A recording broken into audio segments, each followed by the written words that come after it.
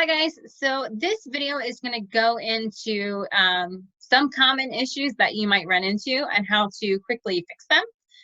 This includes what a red flag means when you're verifying medications. We're also going to go into just a whole slew of things because it's actually quite easy to fix some of these common errors that might come over.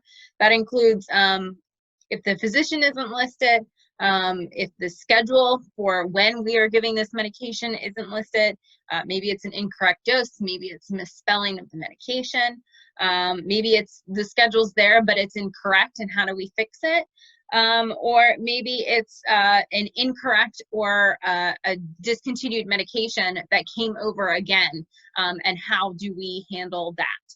So that's what this video is going to go into, and I'm just going to kind of give you an overview of some common issues that you might see so that you're not caught off guard. Thanks. Okay, so here we are in our test guide. This is Donald Duck's orders that came over from Northern Pharmacy.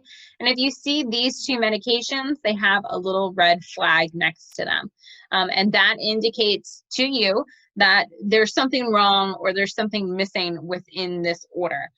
So if I had my PMOF, which I have to if I'm verifying medications in front of me, I'm going to compare the information that's listed here to what's on my PMOF and figure out what's wrong. So I'm going to go ahead and click here to verify this order. And I'm just going to show you a few things. So say any of this was spelled incorrectly, maybe they spelled Lotrozone cream incorrectly, you can go ahead and click on this and correct that spelling. Now, friendly reminder, this is just like your paper MAR. So anytime you guys needed to make a change or an update or an edit to that MAR, you need to let Northern Pharmacy know. That is the same thing with an EMAR. Any changes that you make to this verify order section, which is essentially building your EMAR, you need to let Northern Pharmacy know so that they can correct their records, and the next time they push this stuff over, which is probably in another 90 days, then you don't have to keep correcting this. It'll come over correctly from them. So if you are noticing sort of little errors, spelling errors, things like that that you need to fix, I would just keep a running list. And then once you're done going through this and everything is corrected, email it off to Northern Pharmacy and CC the nursing specialist so that that can all be corrected on Northern's end and you won't have to do it again, okay? So again, if something was spelled incorrectly, or they listed, you know, maybe it was the wrong medication altogether in here, but everything else was correct, so you knew what the mistake was, you can go in here and you can edit these, okay?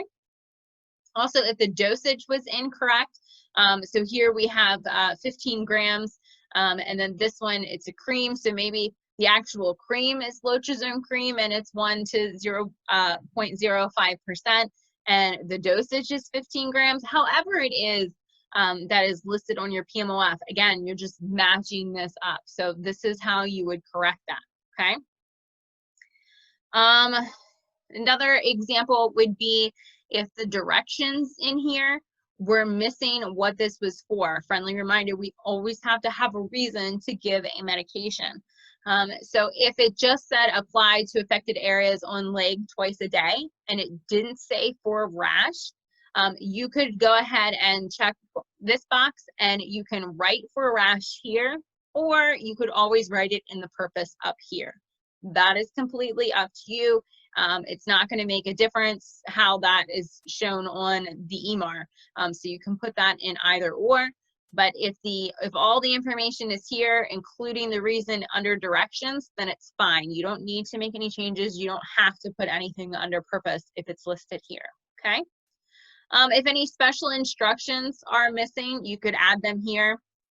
If something should be, a medication should be crushed and that's not correctly indicated on this order when you're verifying it, you can change that by checking here and say that this, you know, this must be crushed. We'll go into another video with readings and site specifications. For physicians, our physicians should have come over from our previous database that we have on campus. So if you click on physician and select a physician and you start typing in a name of a physician and it does not come up, then please reach out to me and let me know so that I can go ahead and add that physician. As supervisors, you also have the ability to add a physician into ICM. That's up to you. I'm not going to tell you guys that you have to do that if it's missing here. But if you want to and you just want to move the process along, you are welcome to add a physician in here, or you can just reach out to me and let me know. Okay. So select a physician again. So if I'm pretty sure Dr. Magic is in here. Yeah, Dr. Magic is in here. So a lot of our doctors are in here, if not all of them. Again, if they were listed in our database management system, it should have come over and been imported into iCare Manager. So if you don't see a physician, please let me know. But if you do want to add it, you can click here. And it's just going to ask you basic information for that physician. We're going to need the first name, last name. If they're associated with an organization, I'm just thinking like Urology Associates, Maryland Primary Care, anything like an overarching organization, you can choose to do that, or you can just add just a physician in here. And then you will have to pick a specialty in here. So we do have to have all of these drop-down menus selected. Subspecialty, you also have to pick this. They're going to ask for a gender. If you have the email address, if you have the address, that would be, ideal so that all of that populates correctly. But at the very least, we're going to need the phone number and the state. Okay. And then you would just click save if you were adding a physician. But again, I'm just leaving that open as an option to you. But if you don't want to do that, you can email me and I will look into the physician that's missing and see what happened with the file import into iCare Manager. Okay. Here you see where that red flag is, and I'll give you the heads up. Typically it is the schedule that's going to red flag things. And it's just for some reason it wasn't entered correctly in Northern's End, so then it didn't come over correctly as a schedule here. So in this case, this is apply to affected areas twice a day. So you have this little edit button over here, so you can go ahead and edit that, add a new row. And here we have select the days of the week. So this is a routine, you're giving it daily, so you are going to select all for this one, okay? And we give it daily. Did they give me a time? No, so we're just gonna go with our typical 8 a.m. and 8 p.m. Start date, if you have the start date on your PMOF and you're matching it up to that, which we should be, you can change the start date by clicking on this. It's not gonna let us go back. So if we have to keep the date that's on here, then we can go ahead and keep that for now. It's really not going to make a difference with this first round, with this first month with us, okay?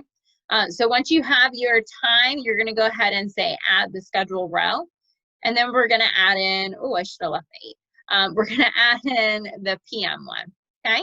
We're going to go ahead and add that. So now we have set as start time. So when it's just one time, it's super easy to just say, click on this and verify the order. But when you have multiple different times in here, you really got to think out when you're next going to give that medication. So for example, it's 7:44 right now when I'm making this video. So if I just got this medication and the doctor wants me to start it immediately, then the next time that I'm going to give that is going to be 8 p.m. because that's the closest time. I wouldn't wait until tomorrow morning if the doctor told me to start it immediately when I got it. But if you got it, super late at night, or maybe the doctor gave you orders to start the next day, then you would be selecting the 8 a.m. So I need you to think about setting the schedule and picking the start time, just like how you draw your arrows on your MAR right now. This is essentially going to draw your arrows for you on the EMAR, okay? So you really just have to think about when the next time is you're going to be giving that medication. And that would be the bubble that you click on as the start time. So in this case, I'll say, I'm going to give, I want this medication to be available on the EMAR as soon as I'm done verifying this order so that I could administer this. And I'm going to go ahead and verify this order.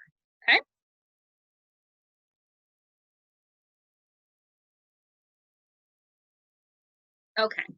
Now I want to go into, we kind of covered, what do you do when a physician's missing, if a schedule is missing. If the schedule is incorrect, I'm going to go in here, verify this order. So in this case, the schedule didn't come over, but I'm going to show you this. I'm going to go ahead and just add in an order. We're going to say it was daily, and it started at 8 a.m. and go ahead and do that. If it was incorrect, you have the option to go ahead and remove. So even if you added it incorrectly when you were adding in a schedule, you always can remove it. It's never anything that we can't fix. So you can go ahead and remove that. So say that maybe I accidentally, or the pharmacy sent this over as a daily medication, when really this is a medication that is only given on Mondays, Wednesdays, and Fridays. I know that some of us have medications like that. So go ahead and remove this. And then you can come up here, and if that is the case, you could uncheck all, and you would select the days of the week that it applies to this, okay? It would be the same thing. I know that some of us have medications that are only given once a month. If you have a set day that you're already giving that medication, you can go ahead and select this. You can select the frequency. If that makes sense for that medication. I mean, there's so many different scenarios. I can't really give you an example of everything that we could do for a medication. So it really depends on the medication order and how we are giving it now. We just need to make sure that it matches up to this. So for this example, we're going to say it's Monday, Wednesday, and Friday. We're going to keep the 8 a.m. and I'm going to say go ahead and add that. And now you see it's 8 a.m. Monday, Wednesday, Friday. So on your MAR, it's going to black out all those other days so that we can only give it on Monday, Wednesday, and Friday. And then you would go ahead and set a start time and verify the order. Okay. The other thing that I want to show you would be if I got this order came through, and maybe this order was discontinued by the doctor a couple weeks ago, and Northern Pharmacy pushed this through for me. So instead of verifying that order, because I don't want this to show up on my EMAR, because I already have the discontinue order. So Northern sent this in error. You can go ahead and click on this caret next to verify order and say remove that order. And that's going to go ahead and remove that order from this verify section, and it won't move it over to your electronic MAR. So you would only do that if you absolutely know this order that came over from Northern Pharmacy came over in error. This was already discontinued. I shouldn't have gotten this. Okay, so all you have to do is remove the order. I'm not going to do that because I have to save this for a couple other things that I need to do, but that is how you would remove that order. Okay, so just keep in mind, if you see this red flag, it means something needs to be looked at. And just, look at it a little more closely than the others, and make sure that it's not missing anything. Make sure everything's spelled correctly. Again, 90% of the time, if you see this red flag, it is likely because it is missing the schedule, and you just need to add in the schedule of when we're going to be administering this medication. Okay, thank you.